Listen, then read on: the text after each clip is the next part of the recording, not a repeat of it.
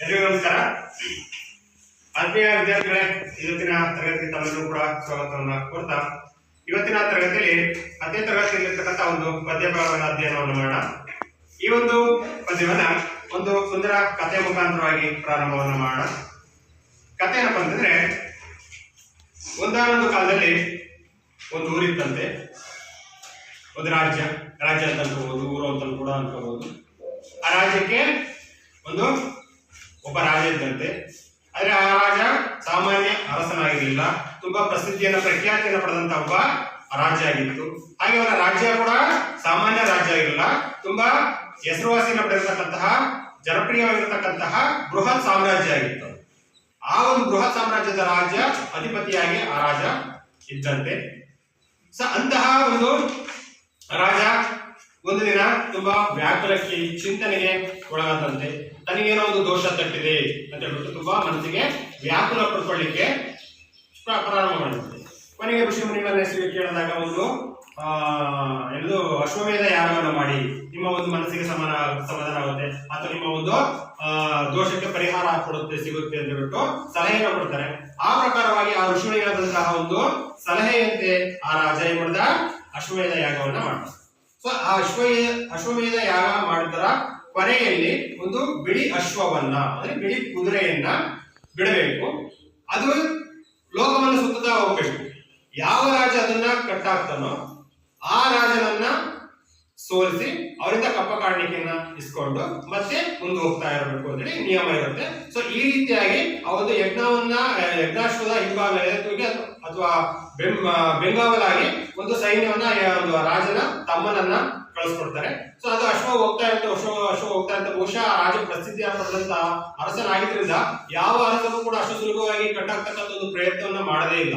So ಈ ರೀತಿಯಾಗಿ ಹೋದಂತ ಒಂದು ಅಶ್ವ ಒಂದು ಋಷಿಮುನಿಯ ಒಂದು ಆಶ್ರಮಕ್ಕೆ ಹೋಗುತ್ತೆ. ಆ ಸಂದರ್ಭದಲ್ಲಿ ಆ ಋಷಿಮುನಿ ಅಂತಕ್ಕಂಥ ಆ ಒಂದು ಆಶ್ರಮದಲ್ಲಿ ಇರೋದಿಲ್ಲ. ಅಂತ ಒಂದು ಸಂದರ್ಭದಲ್ಲಿ ಆ ಋಷಿಮುನಿಗಳ ಜವಾಬ್ದಾರಿಯನ್ನ ನೋಡಿಕೊಳ್ಳುವ ಸಲುವಾಗಿ ಅವರು ನಾನು ಬರೋ ತನಕ ತನ್ನ ಶಿಷ್ಯರಿಗೆ ಈ ಆಶ್ರಮವನ್ನ ಕಾವಲಿದ್ದು ಚೆನ್ನಾಗಿ ನಾನು ಬರೋ ತನಕ ಚೆನ್ನಾಗಿ ನೋಡ್ಕೊಳ್ರಪ್ಪ ಅಂತ ಹೇಳ್ಬಿಟ್ಟು ಹೇಳೋಗಿರ್ತಾರೆ. ಹಾಗಾಗಿ ಒಂದಷ್ಟು ಕುಮಾರರು ಅಥವಾ ಶಿಷ್ಯರು ಆ ಋಷಿಗಳ ಸ್ಥಾನದಲ್ಲಿ ಒಂದು ಜವಾಬ್ದಾರಿಯನ್ನು ಹೊತ್ಕೊಂಡ್ಬಿಟ್ಟು ನೋಡ್ಕೊತಾ ಇರ್ತಾರೆ. ಅಂತ ಒಂದು ಸಂದರ್ಭದಲ್ಲಿ ಆ ಅಶ್ವ ಅಂತಕ್ಕಂಥದ್ದು ಆ ಆಶ್ರಮವನ್ನ ಪ್ರವೇಶಿಸಿ ಅಲ್ಲಿ ಇರ್ತಕ್ಕಂಥ ಒಂದಷ್ಟು ಹಸಿರು ಹುಲ್ಲನ್ನ ತಿಂತಾ ಇರುತ್ತೆ. ಅಂತಹ ಒಂದು ಸಂದರ್ಭದಲ್ಲಿ ಅದನ್ನ ನೋಡಿದಂತಹ ಆ ಒಂದು ಮಕ್ಕಳು ಶಿಷ್ಯರು ಓಡೋಡಿ ಬರ್ತಾರೆ.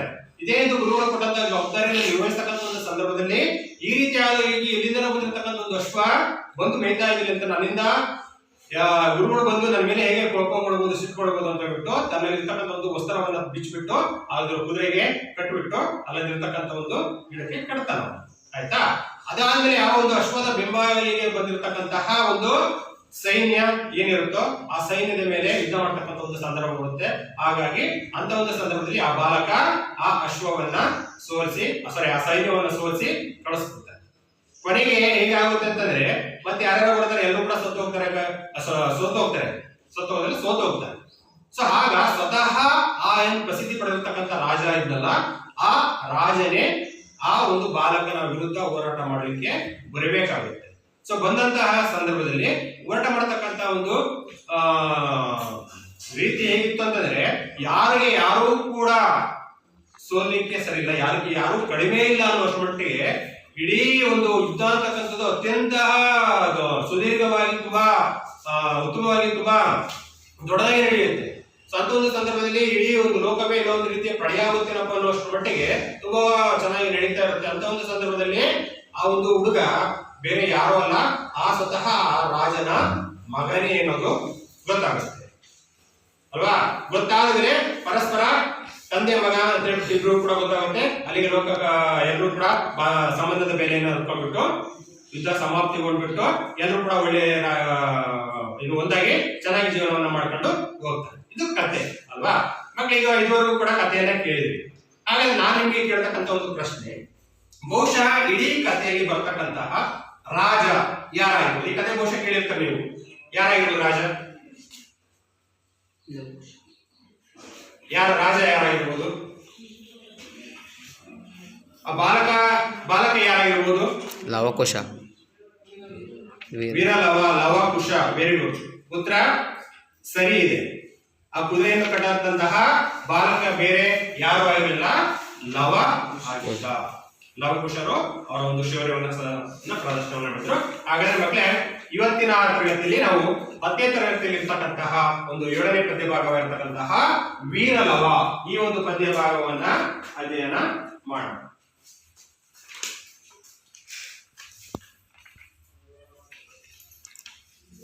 ವೀರ ಲವ ಹೆಸರಿನ ಜೊತೆಗೆ ಇರತಕ್ಕಂಥದ್ದು ವೀರ ಲವ ಅಂತಕ್ಕಂಥದ್ದು. ಮಕ್ಕಳೇ, ನಮ್ಮ ಇತಿಹಾಸದ ಒಂದಷ್ಟು ಪುಟಗಳನ್ನ ನಾವು ತಿರುವಿ ನೋಡಿದ್ರೆ ಕೇವಲ ಲವ ಮಾತ್ರ ತನ್ನ ತಂದೆಯ ವಿರುದ್ಧ ಹೋರಾಟ ಮಾಡತಕ್ಕಂಥ ಸಂದರ್ಭ ಮಾತ್ರ ಒದಗಿ ಬರಲಿಲ್ಲ. ನಾವು ರಾಮಾಯಣ ಅಥವಾ ಮಹಾಭಾರತ ಅಂತ ತಗೊಂಡಾಗ ಒಂದಷ್ಟು ತಂದೆ ಮಕ್ಕಳು ಪರಸ್ಪರ ತಂದೆ ಮಕ್ಕಳು ಅನ್ನೋ ಒಂದು ಸಂಬಂಧದ ಗೊತ್ತಿಲ್ಲದೆ ತಿಳಿಯದೆ ಯುದ್ಧ ಮಾಡಿರ್ತಕ್ಕಂಥ ಒಂದಷ್ಟು ಉದಾಹರಣೆಗಳನ್ನ ನಾವು ಇತಿಹಾಸದಲ್ಲಿ ನಾವು ನೋಡ್ತೀವಿ. ಸೊ ಆ ರೀತಿಯಾಗಿ ಹೇಳ್ತೀರಾ ಯಾರಾದ್ರು ಯಾರ್ಯಾರು ಯಾವ್ಯಾವ ತಂದೆ ಮಕ್ಕಳು ಯುದ್ಧವನ್ನು ಮಾಡಿದ್ರು ಅಂತ ಹೇಳ್ಬಿಟ್ಟು? ರಾಮಾಯಣ ಆಗಿರ್ಬೋದು ಅಥವಾ ಮಹಾಭಾರತ ಆಗಿರ್ಬೋದು, ತಂದೆ ಮಕ್ಕಳು ಸಂಬಂಧ ತಂದೆ ಮಗನ ಸಂಬಂಧ ಗೊತ್ತಿಲ್ಲದೆ ಯುದ್ಧವನ್ನ ಮಾಡ್ತಕ್ಕಂಥದ್ದು ಸಂದರ್ಭ ಇತಿಹಾಸದಲ್ಲಿ ಪ್ರಮುಖವಾಗಿ 3 ಘಟನೆಗಳನ್ನ ನಾವು ನೆನಪು ಮಾಡ್ಕೋಬಹುದು. ಅರ್ಜುನ ಮತ್ತೆ ಬಬ್ರುವಾಹನ. ಕೇಳಿದ್ದು ನಿಧಾನ ಕೇಳಿದ್ದು. ಅರ್ಜುನ ಮತ್ತು ಬಬ್ರುವಾಹನ ತಂದೆ ಮಗ ಸಂಬಂಧ. ಈಗ ಬಬ್ರುವಾಹನ ಎಲ್ಲೋ ಒಂದ್ ಕಡೆ ಭಾಗದಲ್ಲಿ ಬೆಳೆದಿರ್ತಾನೆ. ಹಾಗಾದ್ರೆ ಅರ್ಜುನನೇ ತನ್ನ ತಂದೆ ಗೊತ್ತಿಲ್ಲದೆ ಯುದ್ಧ ಮಾಡ್ತಕ್ಕಂಥದ್ದನ್ನ ನಾವು ನೋಡಿದ್ವಿ.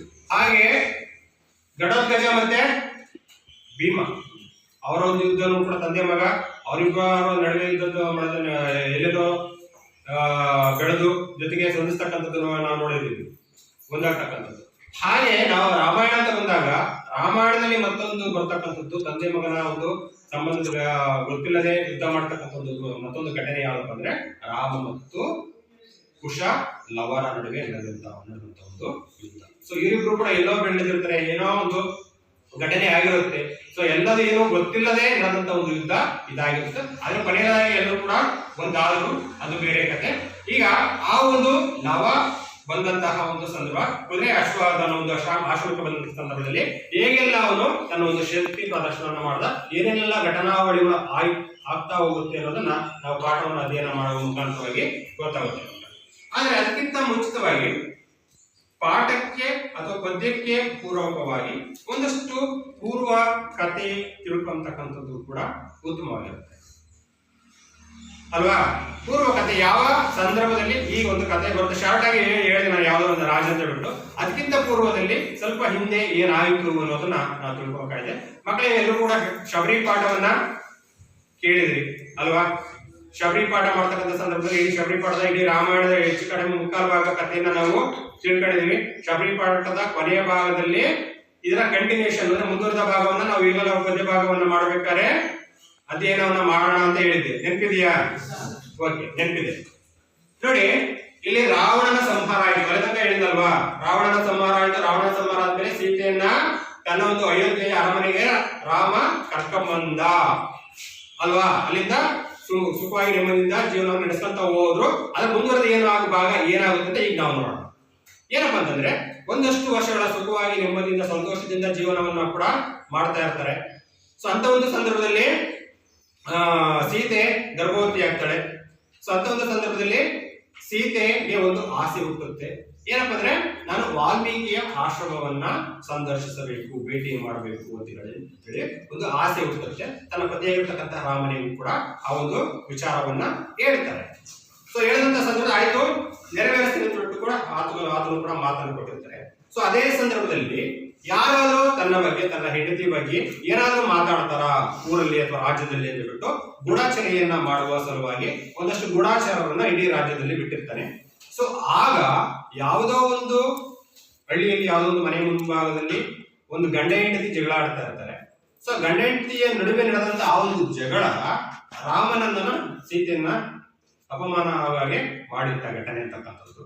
ಸೊ ಹಾಗಾಗಿ ಆ ಒಂದು ಗೂಢಾಚಾರದಿಂದ ಆ ಒಂದು ಘಟನೆಯ ಒಂದು ವಿವರ ರಾಮನಿಗೆ ಗೊತ್ತಾಗುತ್ತೆ. ರಾಮನಿಗೆ ತುಂಬಾ ಬೇಸರ ತರುತ್ತೆ ಆ ಒಂದು ಘಟನೆಯ ವಿಚಾರ. ಹಾಗಾಗಿ ಇಂಥ ಒಂದು ಅಪವಾದಕ್ಕೆ ನಾನು ಗುರಿಯಾಗಿ ಸೀತೆಯನ್ನ ನನ್ನ ಜೊತೆ ಇಟ್ಕೊಳ್ಳೋದು ಅಲ್ಲ ಅಂತ ಹೇಳ್ಬಿಟ್ಟು ಸೀತೆ ಅಪೇಕ್ಷೆ ಕೂಡ ಆಯ್ತು. ವಾಲ್ಮೀಕಿ ಆಶ್ರಮವನ್ನ ನಾನು ನೋಡ್ಬೇಕು ಅನ್ನೋದು ಆ ಅಪೇಕ್ಷೆ ಕೂಡ ಆಗಿತ್ತು. ಹಾಗಾಗಿ ಏನೋ ಗೊತ್ತಿಲ್ಲ, ಒಟ್ಟಾರೆ ಇಡೀ ಲಿಖಿತವೇ ಬೇರೆ ರೀತಿಯಾಗಿತ್ತು. ತನ್ನ ತಮ್ಮನಾಗಿರ್ತಕ್ಕಂತಹ ಲಕ್ಷ್ಮಣನನ್ನ ಜೊತೆ ಮಾಡ್ಬಿಟ್ಟು ತನ್ನ ಒಂದು ಸೀತೆಯನ್ನ ಪತ್ನಿಯಾಗಿರ್ತಕ್ಕಂಥ ಸೀತೆಯನ್ನ ಕಾಡಿಗೆ ಹೋಗಿ ಬಿಟ್ಟು ಅಂತ ಹೇಳ್ಬಿಟ್ಟು ಕಳಿಸಿದಂತಹ ಒಂದು ಸಂದರ್ಭದಲ್ಲಿ ಕಾಡಿಗೆ ಹೋಗ್ತಾಳೆ. ಕಾಡಿಗೆ ಹೋದಂತ ಸಂದರ್ಭದಲ್ಲಿ ಸೀತೆಯನ್ನ ಕಾಡಿನಲ್ಲಿ ಏಕಾಂಗಿಯಾಗಿ ಬಿಟ್ಟು ಈ ಕಡೆ ಲಕ್ಷ್ಮಣ ತನ್ನ ಒಂದು ರಾಜ್ಯಕ್ಕೆ ವಾಪಸ್ ಬರ್ತಾನೆ. ಪಾಪ ಕಾಡಿನಲ್ಲಿ ಅಷ್ಟೊಂದು ಬೃಹದಾಕಾರವಾಗಿರ್ತಕ್ಕಂಥ ದೊಡ್ಡ ಕಾಡದು. ಅಂತ ಒಂದು ಕಾಡಿನಲ್ಲಿ ಏಕಾಂಗಿಯಾಗಿ ತುಂಬಾ ದುಃಖಿಸ್ತಾ ಇರ್ತಕ್ಕಂಥ ಒಂದು ಸೀತೆಯನ್ನ ವಾಲ್ಮೀಕಿ ಮಹರ್ಷಿಗಳು ಬಂದು ಕಾಣ್ತಾರೆ. ಅವರ ದುಃಖವನ್ನ ನೋಡ್ಬಿಟ್ಟು ತುಂಬಾ ಗರ್ಭಿಣಿ ಆ ಸಂದರ್ಭದಲ್ಲೂ ಕೂಡ ಮಧ್ಯೆ ಗರ್ಭಿಣಿವತಿ ಆಗಿದ್ದಾಗೆ. ಹಾಗಾಗಿ ತನ್ನ ಆಶ್ರಮಕ್ಕೆ ಕರ್ಕೊಂಡು ಹೋಗ್ತಾರೆ. ಕರ್ಕೊಂಡು ಹೋಗ್ಬಿಟ್ಟು ಅಲ್ಲಿ ಸ್ವಲ್ಪ ದಿನಕ್ಕೆ ತನ್ನ ಸಾಹಿತ್ಯ ಸಲಹೆಯನ್ನ ಸಲ್ಲಿಸ್ತಾ ಇರ್ತಕ್ಕಂಥ ಸಂದರ್ಭದಲ್ಲಿ ಹೋಗಿ ಸ್ವಲ್ಪ ದಿವಸಕ್ಕೆ ಹೆರಿಗೆ ಕೂಡ ಆಗುತ್ತೆ. ಆ ಹೆರಿಗೆಯಲ್ಲಿ ಇಬ್ಬರು ಅವಳಿ ಜವಳಿ ಮಕ್ಕಳುಗಳು ಹುಟ್ಟುತ್ತಾರೆ. ಅವರೇ ಕುಶ ಮತ್ತು ಲವ. ಸಾಮಾನ್ಯವಾಗಿ ನಾವು ಲವಕುಶ ಅಂತ ಹೇಳ್ತೀವಿ. ಕುಶ ಮತ್ತೆ ಲವ ಅಂತಕ್ಕಂಥ ಇಬ್ಬರು ಅವಳಿ ಜವಳಿ ಮಕ್ಕಳು ಹುಡ್ತಾರೆ. ನೋಡಿ, ಈ ರೀತಿಯಾಗಿ ಹುಟ್ಟಿದಂತಹ ಮಕ್ಕಳು ತಮ್ಮ ತಂದೆನೇ ರಾಜನಾಗಿರ್ತಕ್ಕಂಥ ರಾಮ ಅನ್ನೋದು ಗೊತ್ತಿಲ್ಲ, ತನ್ನ ತಾಯಿಯೇ ಸೀತೆ ಅನ್ನೋದು ಕೂಡ ಗೊತ್ತಿಲ್ಲದಂತಹ ಈ ಒಂದು ಬಾಲಕರು ತನ್ನ ಒಂದು ವಾಲ್ಮೀಕಿ ಮಹರ್ಷಿಗಳ ಹತ್ತಿರ ತನ್ನ ರಾಮಾಯಣದ ಒಂದಷ್ಟು ರಾಮನ ಕಥೆಯಿಂದ ಸೀತೆಯ ಕಥೆ ಎಲ್ಲವನ್ನೂ ಕೂಡ ಬಹಳ ಅತ್ಯುತ್ತಮವಾಗಿ ಕೇಳ್ಕೊಂತ ಬರ್ತಾರೆ. ರಾಮನ ಗುಣಗಾನವನ್ನ ಕೇಳಿ ಸ್ವತಃ ಇವರೇ ರಾಮನ ಕಥೆಯನ್ನ ಆಡ್ಲಿಕ್ಕೆ ಪ್ರಾರಂಭ ಮಾಡ್ತಾರೆ, ಕಥೆಯನ್ನ ಹೇಳಲಿಕ್ಕೆ ಪ್ರಾರಂಭವನ್ನ ಮಾಡ್ತಾರೆ. ಆದ್ರೆ ಸ್ವತಃ ರಾಮನೇ ತಂದೆ ಸೀತೆಯೇ ತನ್ನ ತಾಯಿ ಅಂತ ಗೊತ್ತಿಲ್ಲ. ಜೊತೆಗೆ ತನ್ನ ತಾಯಿಯೇ ಸೀತೆ ಅನ್ನೋದು ಕೂಡ ಗೊತ್ತಿಲ್ಲ ಅವರಿಗೆ. ಸೊ ಇಂಥ ಒಂದು ಸಂದರ್ಭದಲ್ಲಿ ಇರ್ತಕ್ಕಂಥ ಒಂದು ಸಂದರ್ಭದಲ್ಲಿ ಈ ಕಡೆ ಮತ್ತೊಂದು ಭಾಗದಲ್ಲಿ ಏನಾಯ್ತು ನೋಡೋಣ. ಯಾವಾಗ ಸೀತೆ ಅಂತಕ್ಕಂಥ ಕಾಡಿರುವುದು ಆ ರಾಮನಿಗೆ ಅತೀವವಾಗಿರ್ತಕ್ಕಂತಹ ದುಃಖ ಅಂತಕ್ಕಂಥದ್ದು ಆಗ್ತಾ ಹೋಗುತ್ತೆ. ಯಾಕಂದ್ರೆ ಒಂದು ಗರ್ಭಿಣಿಯನ್ನ ಕಾಡುಪಾಲು ಮಾಡ್ತಕ್ಕಂಥದ್ದು ಒಂದು ದೃಷ್ಟಿಕೋನದಲ್ಲಿ ತುಂಬಾ ವ್ಯಾಕುಲಕ್ಕೀಡಾಯ್ತು. ಒಂದು ಎರಡನೇದಾಗಿ ಮತ್ತೊಂದು ರೀತಿಯಲ್ಲಿ ಇದು ತುಂಬಾ ದುಃಖಿಸ್ಲಿಕ್ಕೆ ಪ್ರಾರಂಭವನ್ನ ಮಾಡ್ತಾರೆ. ಏನಪ್ಪಾ ಅಂತಂದ್ರೆ, ನನಗೆ ಎಲ್ಲಿ ಬ್ರಹ್ಮಹತ್ಯಾ ದೋಷ ತಟ್ಟಿದೆಯೋ ಅನ್ನೋ ಒಂದು ಚಿಂತೆಗೆ ವ್ಯಾಕುಲಕ್ಕೆ ಒಳಗಾಗ್ತಾರೆ. ಯಾಕೆ ಬ್ರಹ್ಮಹತ್ಯೆಯ ದೋಷ ತನಗೆ ತಟ್ಟಿದೆ ಅಂತ ಚಿಂತೆ ಮಾಡ್ತಾರೆ ಅಂದ್ರೆ, ರಾವಣ ನಮಗೆ ಗೊತ್ತಿರುವ ಪ್ರಕಾರವಾಗಿ ರಾಕ್ಷಸ ಅಲ್ಲೇನಪ್ಪ. ಆದ್ರೆ ಮೂಲತಃ ಅವನ ಜನ್ಮತಃ ರಾಕ್ಷಸ ಅಲ್ಲ. ಬುದ್ಧಿಯಲ್ಲೇ ರಾಕ್ಷಸತ್ವವನ್ನ ಒಳಗೊಂಡಿರಬಹುದು. ಆದ್ರೆ ಜನ್ಮತಃ ಒಬ್ಬವನು ಬ್ರಾಹ್ಮಣನ ಮಗ ಅವನು. ಬಹುಶಃ ಇದನ್ನು ಅನೇಕ ಜನರಿಗೆ ಇದು ಗೊತ್ತಿಲ್ಲ. ಬ್ರಾಹ್ಮಣನ ಮಗ ಅವನು. ಹಾಗಾಗಿ ಬ್ರಾಹ್ಮಣರನ್ನ ಅತ್ಯಂತ ನಮ್ಮ ಒಂದು ಪುರಾಣಗಳಲ್ಲಿ ಇಂದಿನಿಂದ ಕೂಡ ಬಂದಿರುವ ಪ್ರಕಾರವಾಗಿ ಬ್ರಾಹ್ಮಣರನ್ನ ಅತ್ಯಂತ ಪೂಜನೀಯ ದೃಷ್ಟಿಕೋನದಲ್ಲಿ ನಾವು ನೋಡ್ತೀವಿ, ಭಕ್ತಿಯಿಂದ ನಾವು ಕಾಣ್ತೀವಿ, ಗೌರವಿಸ್ತೀವಿ ಅಲ್ವಾ. ಸೊ ಅಂತ ಒಂದು ಸಂದರ್ಭದಲ್ಲಿ ರಾವಣನನ್ನ ನಾನು ಸಾಯಿಸಿದ್ದೀನಿ ಅನ್ನೋ ಒಂದು ದುಃಖ ಹೆಚ್ಚಾಗುತ್ತೆ. ಸೊ ರಾವಣನ ಹಿಂಸೆ ಕೊಡ್ತಕ್ಕಂಥದ್ದೇ ತಪ್ಪು. ಅಂಥದ್ರಲ್ಲಿ ರಾವಣನನ್ನ ಸಾಯಿಸಿದ್ದೀನಿ, ಬ್ರಾಹ್ಮಣನನ್ನ ಸಾಯಿಸಿದ್ದೀನಿ, ನನಗೆಂತ ಘೋರ ವಿಪತ್ತು ಬರುತ್ತೋ, ಜೊತೆಗೆ ಅದರಿಂದನೇ ಏನೋ ನನ್ನಿಂದ ಸೀತೆ ದೂರ ಆದೇನೋ, ಈ ಒಂದು ಎಲ್ಲಾ ಕಾರಣದಿಂದಾಗಿ ತುಂಬಾ ಚಿಂತನೆಗೆ ಒಳಗಾಗ್ತಾನೆ. ಸೊ ಅಂತ ಒಂದು ಸಂದರ್ಭದಲ್ಲಿ ಋಷಿ ಮುನಿಗಳನ್ನ ಕೇಳಿದಂತಹ ಸಂದರ್ಭದಲ್ಲಿ ಅದರಲ್ಲಿ ಅಗಸ್ತ್ಯ ಮಹರ್ಷಿ ಅಂತ ಬರ್ತಾರೆ. ಅವರ ಗುರುಗಳು ಅಗಸ್ತ್ಯ ಮಹರ್ಷಿಗಳನ್ನ ಕೇಳ್ತಾರೆ. ಅಗಸ್ತ್ಯ ಮಹರ್ಷಿಗಳನ್ನ ಕೇಳಿದಂತಹ ಸಂದರ್ಭದಲ್ಲಿ ಒಬ್ಬ ರಾಕ್ಷಸತ್ವವನ್ನು ಒಳಗೊಂಡಿರ್ತಕ್ಕಂಥ ಒಬ್ಬ ರಾಕ್ಷಸ ಪ್ರವೃತ್ತಿಯನ್ನು ಹೊಂದಿರ್ತಕ್ಕಂಥ ನಿನಗೆ ಎಂತಹ ದೋಷನಯ್ಯ ಅಂತ ಹೇಳ್ಬಿಟ್ಟು ಪ್ರಶ್ನೆ ಮಾಡ್ತಾರೆ. ಆದ್ರೂ ಕೂಡ ರಾಮ ಸಮಾಧಾನಗೊಳ್ಳಲ್ಲ. ಆದ್ರೂ ಕೂಡ ಅವನ ಒಂದು ಮನಸ್ ಸಂತೋಷಕ್ಕಾಗಿ ಒಂದು ಅಶ್ವಮೇಧ ಯಾಗವನ್ನ ಮಾಡೋಣ ಅಂತ ಬಿಟ್ಟು ಹೇಳ್ತಾರೆ. ಆಯ್ತಾ? ಅಲ್ಲಿಂದ ಮುಂದೆ ನಿಮಗೆ ಕಥೆ ಹೇಳಿದಲ್ಲ, ಆ ರಾಜ ಬೇರೆ ಯಾರಲ್ಲ, ಆ ರಾಜನೇ ನಮ್ಮ ರಾಮ. ಅಲ್ಲಿಂದ ಅಶ್ವಮೇಧ ಕುದುರೆಯನ್ನು ಬಿಡ್ತಕ್ಕಂಥದ್ದು ಆ ರೀತಿಯ ಹೋಗ್ತಾ ಬಂದ್ಬಿಟ್ಟು ನಮ್ಮ ವಾಲ್ಮೀಕಿಯ ಮುನಿಯ ಆಶ್ರಮಕ್ಕೆ ಬರುತ್ತೆ. ಋಷಿ ಅಂದ್ರೆ ನಾನು ಆಗಲೇ ಕಥೆ ಹೇಳ್ಬೇಕು, ಋಷಿ ಹೇಳಿದೆ. ಆ ಋಷಿ ಬೇರೆ ಅಲ್ಲ, ಅದೇ ವಾಲ್ಮೀಕಿಯ ಋಷಿ ಅಲ್ಲೇ. ವಾಲ್ಮೀಕಿ ಮಹರ್ಷಿಗಳು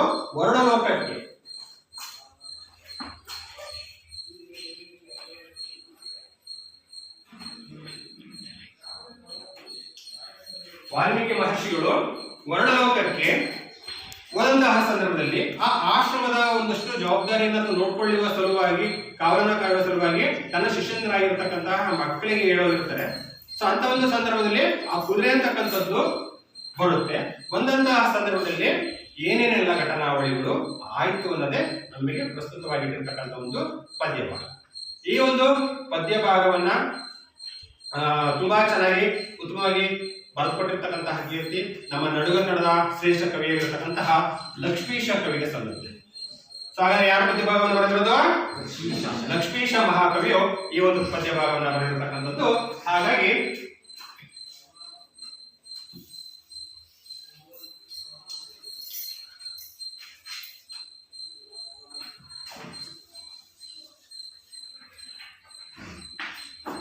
ನೋಡಿ, ಈ ಒಂದು ವೀರಗಾವ ಪದ್ಯ ಭಾಗವನ್ನು ಬರೆದಿರ್ತಕ್ಕಂತಹ ಕವಿಗಳಾಗಿರ್ತಕ್ಕಂತಹ ಲಕ್ಷ್ಮೀಶ ಅನ್ನೋದ್ರ ಬಗ್ಗೆ ತಿಳ್ಕೊಂಡ್ವಿ. ಆದ್ರೆ ಇವರ ಪರಿಚಯ ನಾನು ತಿಳ್ಕೊಬೇಕಲ್ವಾ? ಅವ್ರು ಎಲ್ಲಿ ಹುಟ್ಟಿದ್ರು, ಎಷ್ಟಲ್ಲಿ ಹುಟ್ಟಿದ್ರು, ಅವರ ಒಂದು ಕೃತಿಗಳು ಯಾವ್ಯಾವಿದಾವೆ, ಬಿರುದು ಯಾವ್ಯಾವನ್ನ ಹೊಂದಿದ್ರು ಅನ್ನೋದನ್ನ. ಹಾಗಾಗಿ ಇದನ್ನ ಒಂದು ಚಟುವಟಿಕೆ ಮುಖಾಂತರವಾಗಿ ತಿಳ್ಕೊಳ್ತಕ್ಕಂಥ ಒಂದು ಪ್ರಯತ್ನವನ್ನ ಮಾಡೋಣ. ಅವರ ಒಂದು ಸಂದರ್ಶನದ ಮುಖಾಂತರವಾಗಿ ಅವರ ಒಂದು ಪರಿಚಯವನ್ನು ಮಾಡುವ ಸಲುವಾಗಿ ನಮ್ಮ 10ನೇ ತರಗತಿ ವಿದ್ಯಾರ್ಥಿಗಳಾಗಿರ್ತಕ್ಕಂತಹ ಲಿಖಿತಾ ಮತ್ತೆ ಶ್ರುತಿ ಅವರು ಬರ್ತಾರೆ. ಅವರಿಗೆ ವೇದಿಕೆಗೆ ಸ್ವಾಗತವನ್ನು ಕೋರೋಣ.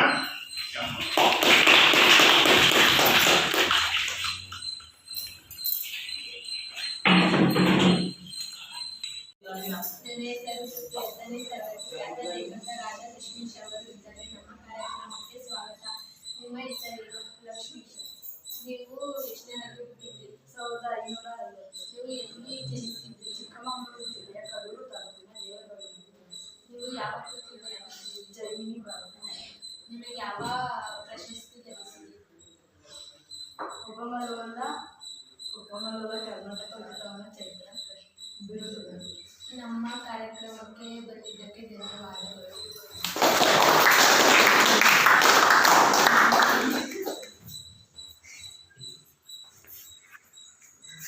ಲಕ್ಷ್ಮೀಶ ಕವಿಯ ಒಂದು ಪರಿಚಯವನ್ನ ತುಂಬಾ ಉತ್ತಮವಾಗಿ ಒಂದು ಸಂದರ್ಶನ ಮುಖಾಂತರವಾಗಿ ಪರಿಚಯವನ್ನು ಮಾಡಿಕೊಟ್ಟಂತಹ ನಮ್ಮ 10ನೇ ತರಗತಿ ವಿದ್ಯಾರ್ಥಿಗಳಾದ ಕುಮಾರಿ ಲಿಖಿತಾ ಮತ್ತೆ ಶ್ರುತಿ ಅವರಿಗೆ ಧನ್ಯವಾದಗಳನ್ನ ಮತ್ತೊಮ್ಮೆ ಸಲ್ಲಿಸೋಣ. ನೋಡಿ ಒಳ್ಳೆ ಒಂದು ಸಂದರ್ಶನದ ಮುಖಾಂತರ ಬಹಳ ಚೆನ್ನಾಗಿ ಹೇಳ್ಕೊಟ್ಟಾರೆ. ಆ ಸಂದರ್ಶನಕ್ಕೆ ಸಂಬಂಧಪಟ್ಟಂತೆ ನೋಡೋಣ ಎಷ್ಟು ಮಟ್ಟಿಗೆ ನೀವು ಅರ್ಥ ಮಾಡ್ಕೊಂಡಿದ್ದೀರಿ ಅನ್ನೋದನ್ನ ಸಂಬಂಧಪಟ್ಟಂತ ಒಂದು ಕೆಲವು ಪ್ರಶ್ನೆ ಕೇಳಂತ ಹೇಳ್ತೀವಿ. ಕೇಳೋಣ. ಲಕ್ಷ್ಮೀಶ ಕವಿಯು ಎಷ್ಟರಲ್ಲಿ ಜನಿಸಿದರು? 1550ರಲ್ಲಿ.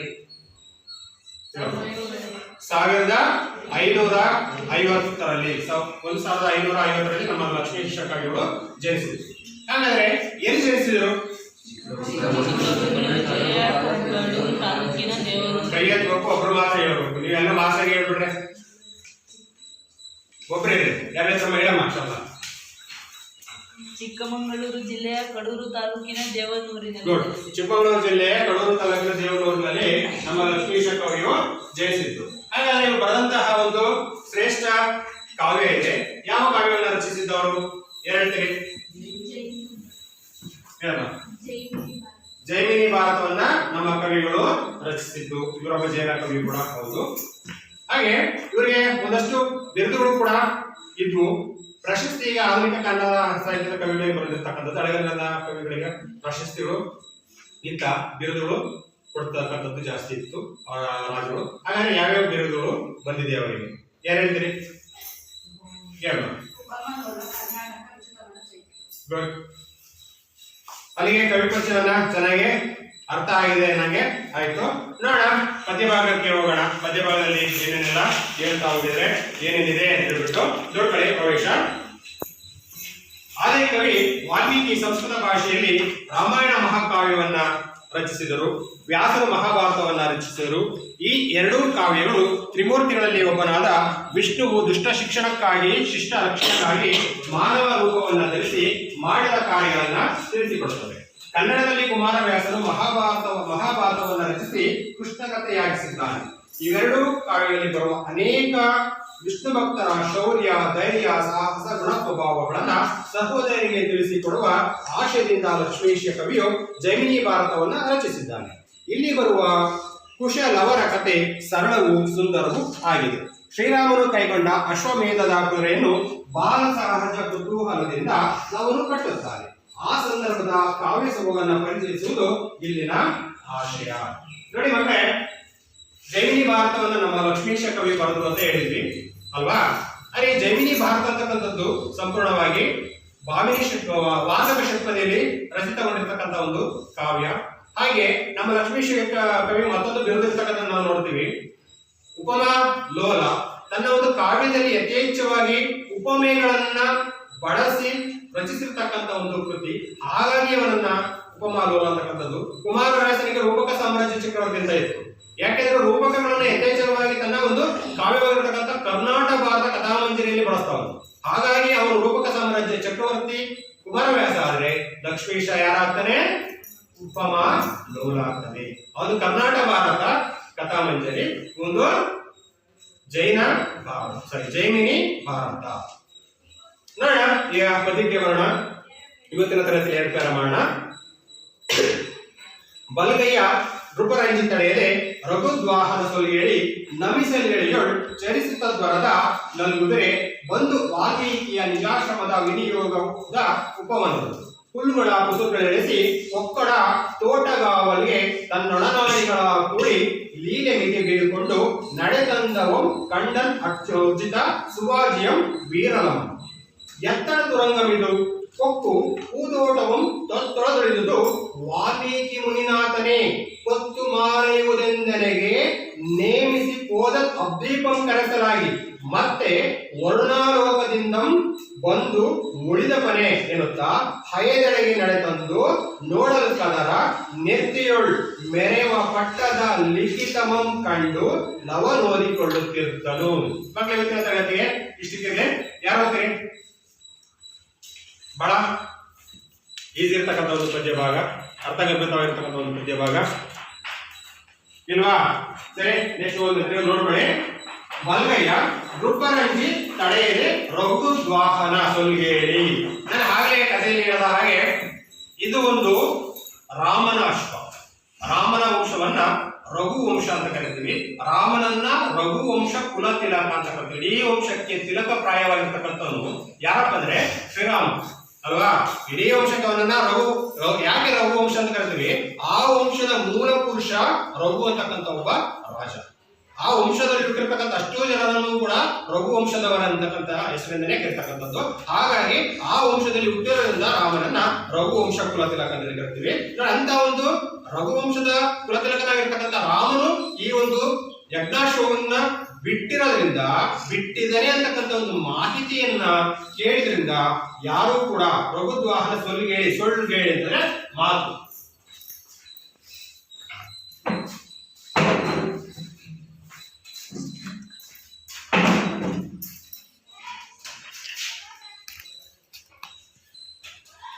ಸೊಳ್ಳು ಅಂದ್ರೆ ಮಾತು. ನೋಡಿ, ರಾಮನ ಕುದುರೆ, ರಾಮನ ಹೆಸರಾಗಿತ್ತು. ಒಬ್ಬ ರಾಮನ ಕುದುರೆ ಇದು ಅಂತ ಹೇಳ್ಬಿಟ್ಟು ಕೇಳಿ ಸಾಕು ಏನ್ ಮಾಡ್ತಾ ಇದ್ರು? ನಮಿಸಲಿಳೆಯೋಳು. ಇಳೆ ಅಂತಂದ್ರೆ ಭೂಮಿ, ಗೊತ್ತಿರ್ತಕ್ಕಂಥ ಅದ ಅರ್ಥ ಇದು.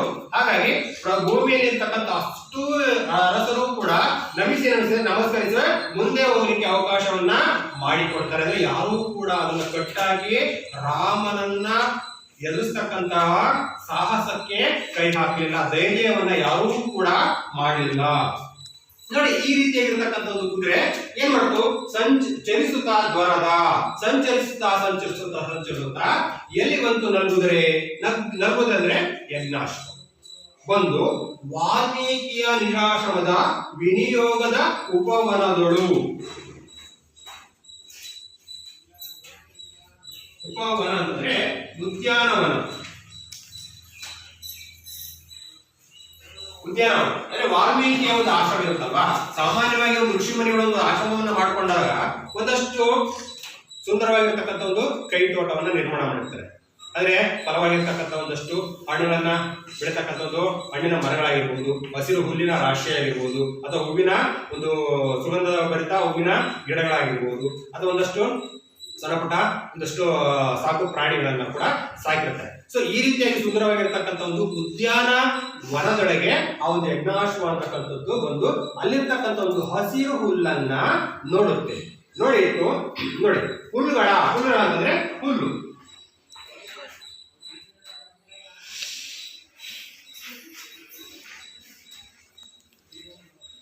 ಹುಲ್ಲು ಕುಸಲುಗಳೆಳೆಸಿ ಒಕ್ಕಡ.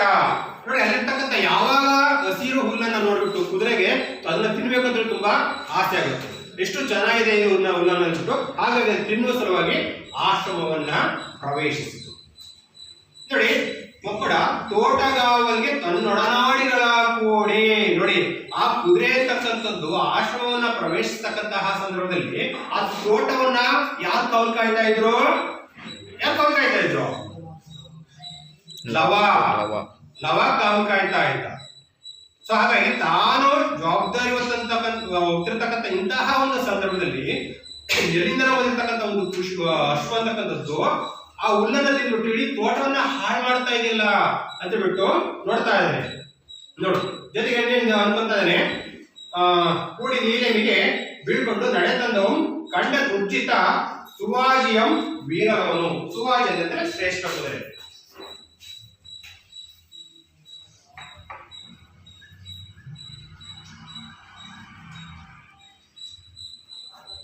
ನೋಡಿ, ಗುರುಗಳ ಒಂದು ಜವಾಬ್ದಾರಿಯನ್ನು ಕೊಟ್ಟಿರ್ತಕ್ಕಂಥ ಒಂದು ಸಂದರ್ಭದಲ್ಲಿ ಆ ಕಾವಲು ಕಾಯ್ತಾ ತನ್ನ ಸ್ನೇಹಿತರ ಜೊತೆ ಆಟವಾಡ್ತಕ್ಕಂಥ ಒಂದು ಸಂದರ್ಭದಲ್ಲಿ ಎಲ್ಲಿಂದಲೂ ಬಂದಿರತಕ್ಕಂತ ಒಂದು ಕುದುರೆಯನ್ನ ನೋಡ್ಬಿಟ್ಟು ಅದನ್ನ ಬೇಗ ಹಿಡಿಬೇಕು ಅಥವಾ ಕಟ್ಟಾಕ್ಬೇಕು ಅಥವಾ ಓಡಿಸ್ಬೇಕಂತ ಬಿಟ್ಟು ಓಡೋಡಿ ಬರ್ತಾನೆ. ಓಡಿ ಬಂದು ಅಲ್ಲಿ ಕುದುರೆಯ ಒಂದು ತುಂಬಾ ಪೂಜಿಸಲ್ಪಟ್ಟಂತಹ ಒಂದು ಶ್ರೇಷ್ಠ ಕುದುರೆಯನ್ನ ವೀರಲವ ತುಂಬಾ ಹತ್ರದಿಂದ ನೋಡ್ತಾರೆ. ನೋಡ್ಬಿಟ್ಟು ಅವನಿಗೆ ಮನಸ್ಸಿಗೆ ಅನ್ಕೊಂತಾ ಇದ್ದಾನೆ ಅಂದ್ರೆ ಓಡಾಡೋದು ಬರ್ತಾರೆ, ಮನಸ್ಸಿಗೆ ಒಂದಷ್ಟು ವಿಚಾರಗಳು ಬರ್ತಾ ಹೋಗ್ತಾ ಇದಾವೆ.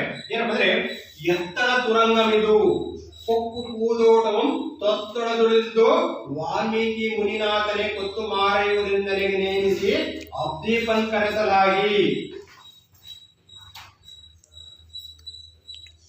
ಅಬ್ದೀಪ ಅಂತಂದ್ರೆ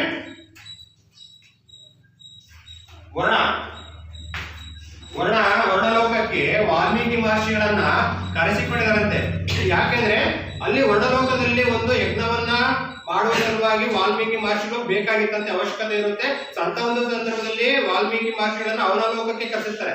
ಸೊ ಅವರು ಅಲ್ಲಿಗೆ ಹೋದಂತ ಸಂದರ್ಭದಲ್ಲಿ ಈ ಒಂದು ಆಶ್ರಮದ ಒಂದು ಜವಾಬ್ದಾರಿಯನ್ನ ಲವನಿಗೆ ಕೊಟ್ಟು ಹೋಗಿರ್ತಾರೆ. ಒಂದಷ್ಟು ಕುಮಾರರು ಏನಿರ್ತಾರ ಶಿಷ್ಯಂದರು ಅವರಿಗೆ ಕೊಟ್ಟು ಹೋಗಿರ್ತಾರೆ. ಸೊ ಅಂತ ಒಂದು ಸಂದರ್ಭದಲ್ಲಿ ಅವರು ಇಲ್ಲದಂತ ಸಂದರ್ಭದಲ್ಲಿ ಎಲ್ಲಿಂದನೋ ಬಂದಿರತಕ್ಕಂಥ ಒಂದು ಕುದುರೆ ಬಂದು ಮೇಯ್ತಾ ಇದಿಲ್ಲ, ಎಲ್ಲಿಂದ ಬಂತು ಈ ಕುದುರೆ ಅಂತಕ್ಕಂಥದ್ದು ಅಂತ ಹೇಳ್ಬಿಟ್ಟು ಯೋಚನೆ ಮಾಡ್ತಾರೆ. ಕೊತ್ತು ನೋಡ್ರಿ, ಮುನಿನಾಥನೇ ಕೊತ್ತು ಮಾರೆಯುವುದೆಂದು ನನಗೆ ನೋಡ್ರಿ, ನಾನು ಉತ್ತಮವಾಗಿ ಚೆನ್ನಾಗಿ ನೋಡ್ಕೊಳ್ಳಿ ಅಂತ ಒಂದು ನಂಬಿಕೆ ಇಟ್ಟು ನನಗೆ ಜವಾಬ್ದಾರಿಯನ್ನು ಕೊಟ್ಟೋಗಿದ್ದಾರೆ. ಈಗ ಜವಾಬ್ದಾರಿ ಯಾರಾದ್ರೂ ನನಗೆ ಕೊಟ್ಟಿರುತ್ತಂದಾಗ ನಾವೇನ್ ಮಾಡ್ಬೇಕು? ಉಳಿಸ್ಕೋಬೇಕಾ ಏನ್ ಮಾಡ್ಬೇಕು? ಉಳಿಸ್ಕೋಬೇಕು. ಅದು ನನ್ನ ಒಂದು ಹೊಣೆಗಾರಿಕೆ ಕೊಟ್ಟಾಗ ಪರವಾಗಿಲ್ಲ ಜನ ಮಾಡ್ದ ಅಂತ ಒಂದು ನಂಬಿಕೆ ಬರುತ್ತೆ. ಆದ್ರೂ ನಾನೇನು ಮಾಡಿಸ್ಲಿಲ್ಲ, ನನ್ನ ಜವಾಬ್ದಾರಿಗೆ ತಕ್ಕಂತೆ ನಾನು ನೆಟ್ಕೊಳ್ಳಿಲ್ಲ ಅಂತಂದ್ರೆ ಏನಾಗುತ್ತೆ? ಬೇರೆ ಜವಾಬ್ದಾರಿ ಮನುಷ್ಯನಿಗೆ ಜವಾಬ್ದಾರಿನೇ ಇಲ್ಲ, ಹೇಳಿ ಕೆಲಸ ಮಾಡಲ್ಲ ಅನ್ನಂಗೆ ಆಗುತ್ತೆ. ಸೊ ಆ ರೀತಿಯಾಗಿ ಒಂದು ನಂಬಿಕೆಯನ್ನು ಇಟ್ಟು ಹೋದಾಗ ನಂಬಿಕೆಯನ್ನು ಉಳಿಸ್ಕೋಬೇಕಾಗಿದೆ. ಹಾಗಾಗಿ ಇಂಥ ಒಂದು ಸಂದರ್ಭದಲ್ಲಿ ಬಂದು ಇದೆಯಲ್ಲ ಒಳ ಪ್ರವೇಶಿಸಿದೆ ಅಂತ ಬಿಟ್ಟು ಜೊತೆಗೆ ಇನ್ನೊಂದು ಯೋಚನೆ ಮಾಡ್ತಿದ್ದೀನಿ.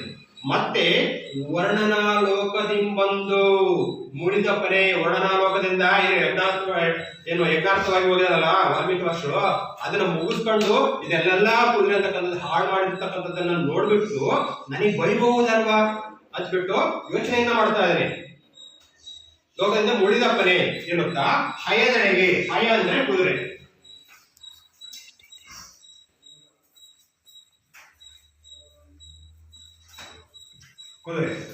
ಹಾಯ್ದಳಿಗೆ ನಡೆ ತಂದು ನೋಡಲ್ಕಂದ್ರ ನಿಧಾನವಾಗಿ ಕುದುರೆ ಹತ್ರ ಬರ್ತಾ ಇದ್ದಾರೆ. ಕುದುರೆ ಹತ್ರ ಬಂದ್ಬಿಟ್ಟು ಅದರ ನೆತ್ತಿಯನ್ನ ನೋಡ್ತಾ ಇದ್ದಾರೆ. ಕುದುರೆ ಮೇಲೆ ಸುಮ್ಮನೆ ಇಲ್ಲ, ಒಂದು ನೆತ್ತಿಯಲ್ಲಿ ವಿಶೇಷವಾಗಿ ಏನೋ ಇದೆ. ಹಾಗಾಗಿ ಕುದುರೆ ನೆತ್ತಿಯನ್ನ ನೋಡ್ತಾ ಇದ್ದಾರೆ. ಅವನು ಏನಿದೆ?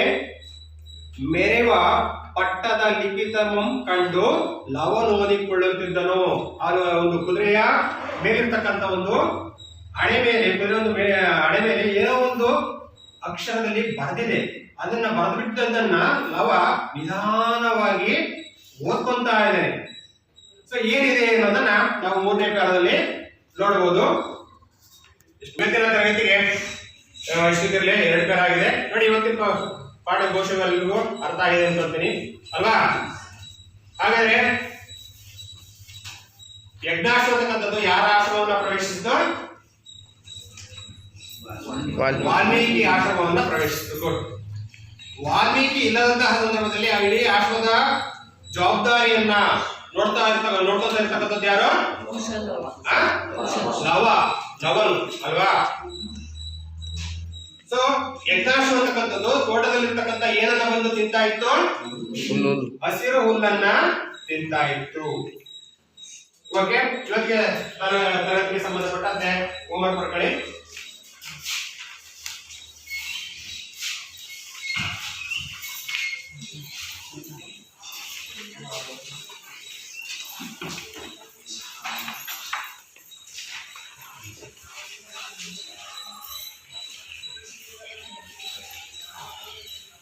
ಲಕ್ಷ್ಮೀಶ ಕವಿಯು ಎಲ್ಲಿ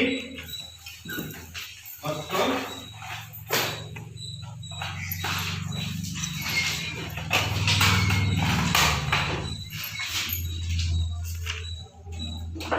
ಲಕ್ಷ್ಮೀಶ ಕವಿಯ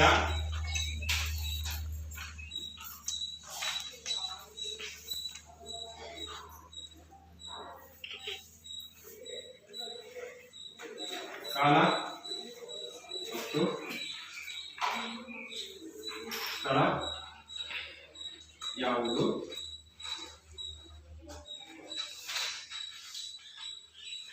ಲಕ್ಷ್ಮೀಶ ಕವಿಯು ರಚಿಸಿದ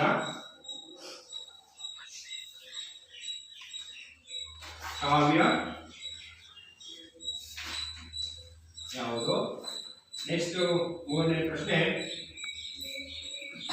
ಲಕ್ಷ್ಮೀಶ ಕವಿಯ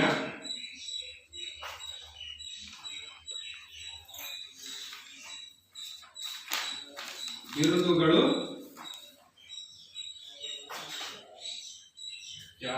ಯಾವುವು? ನೆಕ್ಸ್ಟ್ ನಾಲ್ಕನೇ ಪ್ರಶ್ನೆ,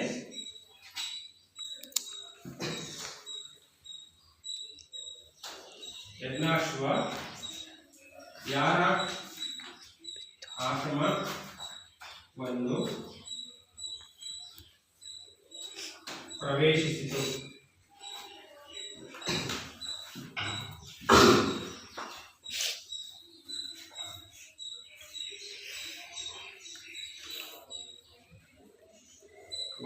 ವಾಲ್ಮೀಕಿ ಮಹರ್ಷಿಗಳು ಯಾವ ಲೋಕಕ್ಕೆ